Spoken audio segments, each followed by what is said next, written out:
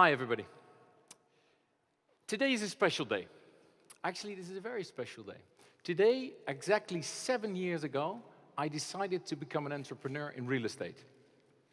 This is not something you do every day. I had a good job, I had a car, I had a good salary and a wage, great colleagues, that was very important. But what most important was that I decided to become an entrepreneur in something I didn't know much about. This is the urban development. I decided that this was the time to do it because the world was at a tipping point. The economic crisis had started in 2008. The banks had closed all its doors. There was no reason to finance and even knock at the door of the banks. There was a digital generation coming up, but it was still very new, so I had no idea what to do. So what happened is that I learned a lot. In 7 years, the society has changed. Really, I remember the day that iPad was introduced in 2010, 5 years ago. I started my company 7 years ago. I remember the day that I started Twitter, exactly 7 years ago. What happened to me is I was looking for something I didn't know what was happening. So I had to adapt. And I want to tell you the story of what I realized, that it's all about people. I saw buildings being erected around me. I saw parking garages being erected around me, but I hardly saw spaces for people. One thing I know, in 7 years, something has really changed. It is more about software than it is about hardware. And what involves software is people and the behavior of people. That becomes more and more important as we digitalize every day, as we share knowledge, share information, and share our experiences, which is the great thing and the best thing in life we want to do. There's another thing I learned in 7 years in real estate. The thing I learned about real estate is that it's very, very, very slow.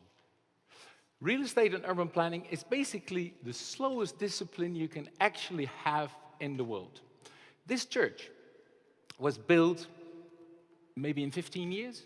When they started building a church, they had the plan, and after they finished it, there still was a need for the church. Now we're 100 years further, and what I noticed is that our society is changing so rapidly, and the discipline of urban planning and real estate is so slow, that once we start the initiative 7 years later, because an average urban planning, I calculated this with several companies in the world, it takes 7 years from initiative to actually realizing a building. That is a long time, especially considering that the culture around it is very conservative and will base its initiative on information that is retrospective. Retrospective actually means that we look back 3 years to make something that we will actually realize in 7. Well, this means that if we have an initiative now, only 10 years from now, we will realize it. This is very slow. Why? Because the world is changing exponentially, but we're planning linear. So what to do? For instance, cars. Have you heard of self-driving cars?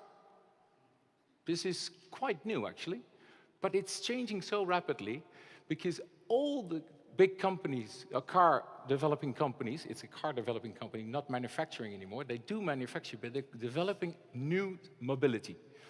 All the car companies in the world are actually working on self-driving cars.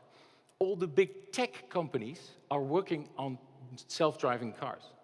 This means something will happen not within 7 years, but in 2, 3, 4 years. We will be denied. The first self-driving car will go on public streets this summer in California.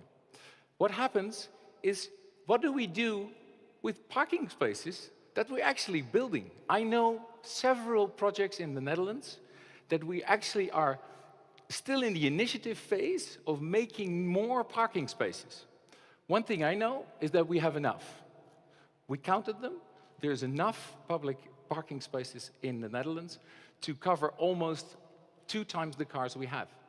And this considering that we're actually having less cars in the next 5 years. This is one thing I want to make sure that we won't be doing. But how do we do that? We need to look at trends.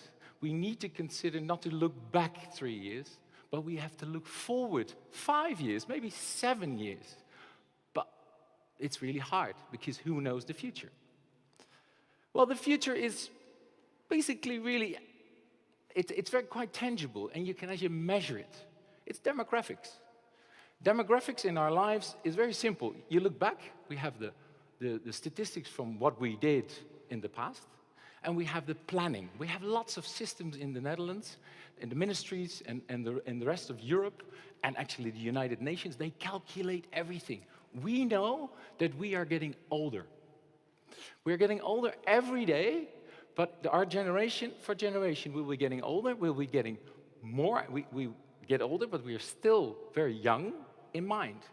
So we won't look like this, but we will look like somebody who is fit, has a lot of energy, has capital, and has time.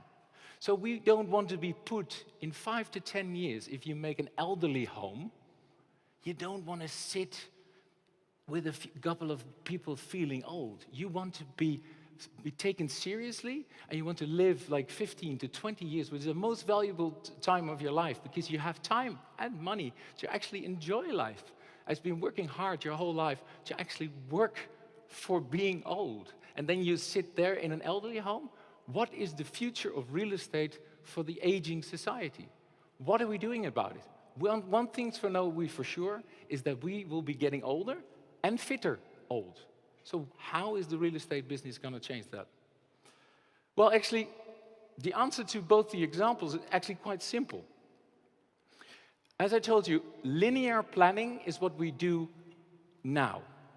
Real estate and urban planning is quite simple. Somebody before me said, I'm in urban planning for 25 to 30 years now. I can tell you, his job has not changed. But what I know is that the world around him has changed, is changing every day, every second as we speak. What we need to do is cross borders. Forget that sign. Forget that sign, no pasar. Don't listen to people that say in universities or in urban planning statistics saying, no, but we do this, we keep doing this every time. So the method you need to find is not there. It's not a truth. You need to find new solutions, but not by planning, because then you're too late, because the world around you has changed already. You need to be experimenting. And experimenting means risk. And what companies nowadays, especially after the economic crisis or reset, because we're back at where we started, we need to take more risks, but we're risk averse. Every time you hear the news, you hear about the European Bank having restricted other banks. You hear governments taking restrictions, which means we're not experimenting anymore. And when we're not experimenting, we set back to the linear planning. But the world around us is still exponentially changing. So what will happen if we don't change and we don't cross that border to experimenting and taking more risk and crossing borders? We will end up making a new church, but then within 7 years. This is my story.